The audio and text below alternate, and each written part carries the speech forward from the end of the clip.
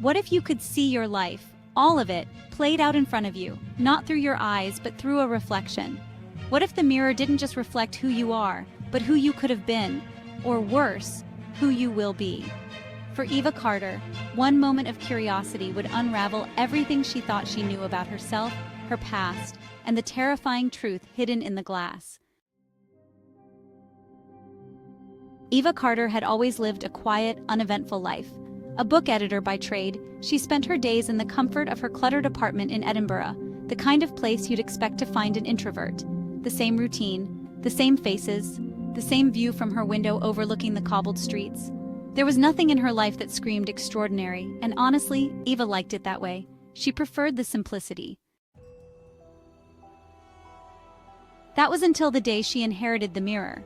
It was old, ornate, and hung in her grandmother's house for as long as she could remember. It wasn't anything special, just a silver-framed antique with faint curling engravings on the edges. The family had never thought much of it. That is, until her grandmother's passing, when Eva was left to sort through the remnants of a life lived in shadows. The mirror, as the note from her grandmother explained, was a window into everything you could never see. It made no sense to Eva, but she'd always been a little fascinated by its eerie, reflective surface. Something about it felt different, off, almost as if it were waiting. She hung it in her living room. After all, what harm could an old mirror do? It didn't take long for the oddities to begin. At first, it was small things, nothing too alarming.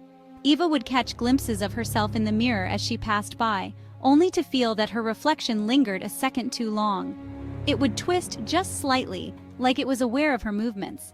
But she shrugged it off, convincing herself it was just the angle of the light or her imagination. But then the whispers started. It was subtle at first, a soft voice in the back of her mind, like someone murmuring just beyond her hearing. One night, as she sat on the couch flipping through an old novel, she swore she heard it coming from the direction of the mirror. A faint whisper, almost as though the reflection itself was to speak. "Eva." She froze. The voice wasn't in her head, it was real. She slowly turned to face the mirror, her breath catching in her throat. There, in the dim light, her reflection smiled at her, but not the way she smiled. Her reflection was twisted, its smile unnervingly wide, as if mocking her. Eva's heart skipped a beat. "Eva, don't ignore me." Her reflection's lips didn't move. The voice came from somewhere deeper, inside the glass, but it was unmistakably real.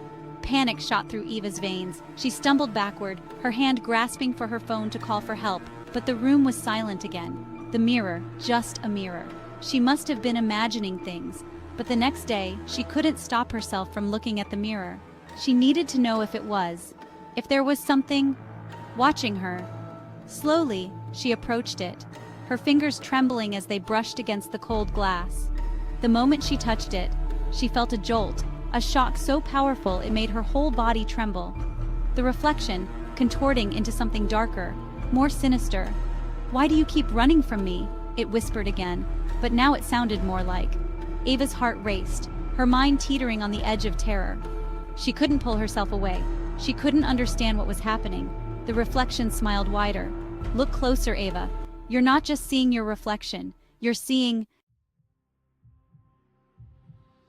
Her vision blurred, her hand still pressed to the glass. And then she saw it.